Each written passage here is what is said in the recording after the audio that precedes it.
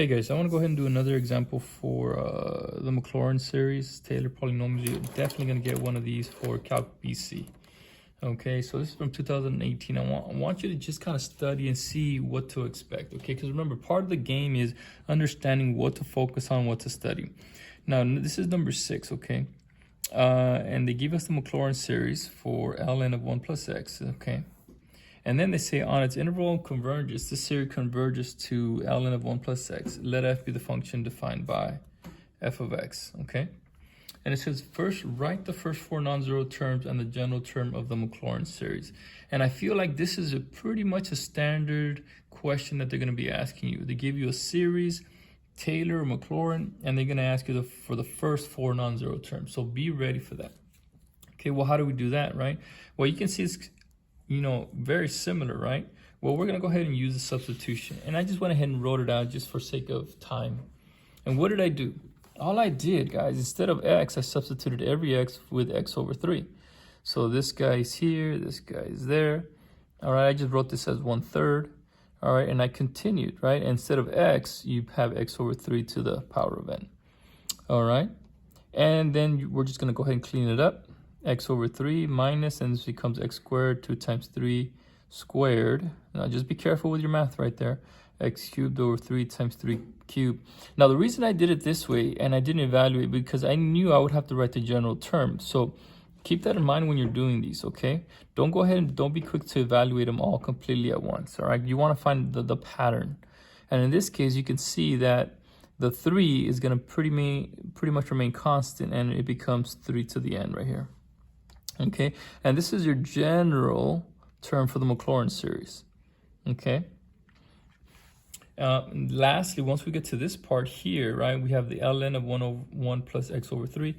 We just need to multiply everything by x. So this guy right here, I just multiplied and I distributed everything by x. So x times x squared, x times x squared becomes x cubed, x times x cubed, x to the 4th, x to the 4th becomes x to the 5th, and then right here, right, when we add one more x, becomes x to the n plus 1. And that's it. That's it. Okay, so your first 4 non-zero terms are these right here. Okay. And then this is your general term right there, guys. Okay. Pretty straightforward and simple. I don't know how many points that was worth, but pretty straightforward. All right, guys, so just want to show you a technique because this is fairly recent, so from 2018, okay? The next one, it says, determine the interval convergence of the Maclaurin series and show the work that leads to your answer. Now, you got to be ready for to use the ratio test, okay? It seems like the ones I've seen, the ratio test usually comes up because the interval, the radius of convergence is always asked, okay? So be ready for that. Know the ratio test. That's a biggie.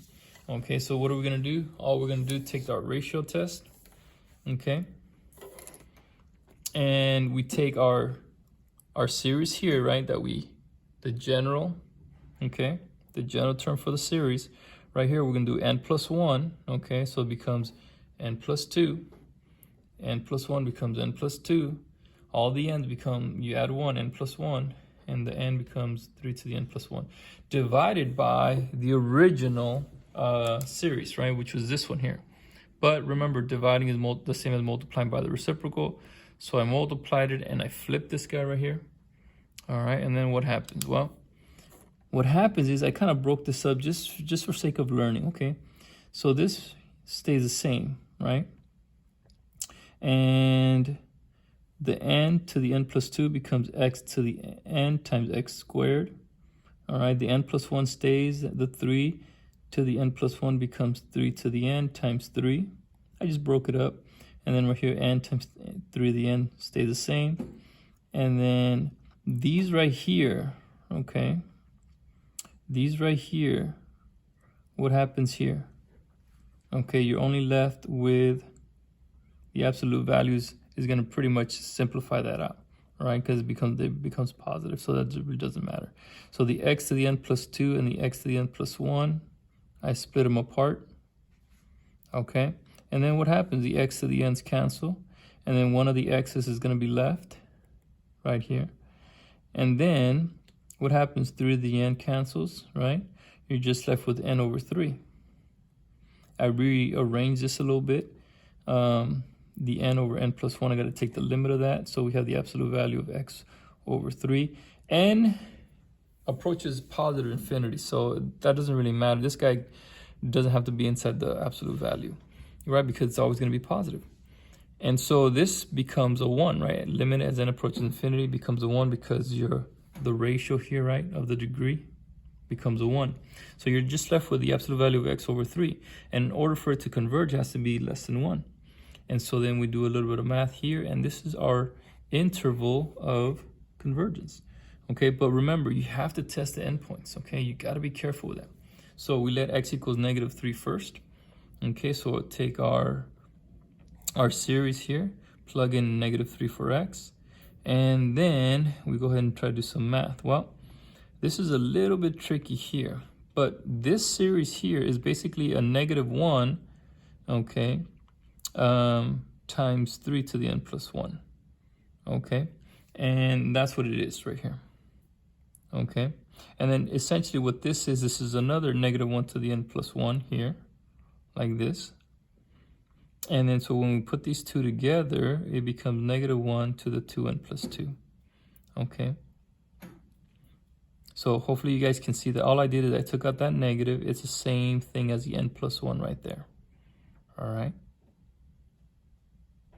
And then from there, guys, I combine these two, 2n plus 2. And then I split this up just for learning's sake, right? 3 to the n times 3 to the 1. The 3 to the n simplify out. I'm left with 3 over n, okay? Now this guy here doesn't really matter because it's even, so it's always going to become positive. So that's a +1. And so you're just left with 3 over n. Well, this is the harmonic series, okay? So you see how kind of clever they are to throw that in there? All right, so this is the harmonic series, so we know that it diverges, all right? So now we got to go ahead and test x equals +3.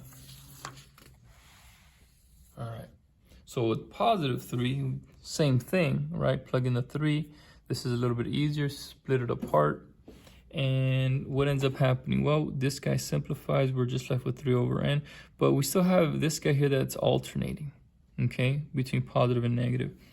And this guy is actually going to become the alternating harmonic series. And we know that that guy actually does converge. Okay.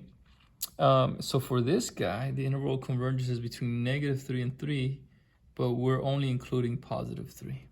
But did you see how they did that, right? And it's kind of interesting that one of them, right, only converges, right? Not the other one. So be ready for that. And I've seen a lot where they throw in the harmonic in there. So be ready for that as well. Know that. All right, the ratio test, make sure you know the ratio test, and just go step by step, guys, step by step, and just little things to focus on. The last thing is the error bound, and it seems like they're always asking about the error bound, right? It says let P of 4 of x be the 4th degree Taylor polynomial about x equals 0. Use the alternating series error bound to find the an upper bound for P of 4. The 4th degree polynomial at 2, okay? So we're going to use the error bound, guys, centered about x equals 2, okay? So remember, the upper bound, guys, is just the magnitude of the next highest term, the one that you left off with, okay? So if they say P sub 4, we're going to use the 5th degree, okay? Or just the next term, okay? And remember, all this is saying the error bound is just the difference between the approximation and the actual value, okay? Now they want us to be centered at 2, okay, using x equals 2, I'm sorry. And then so all we gotta do, this error has to be less than the next term. So we're gonna plug in x equals 2 and do the math, absolute value, of course, that becomes a positive. And this is it, this is it. Nothing too difficult, guys, nothing too difficult. But just remember, just take it easy, take your time, and I think you guys will be okay.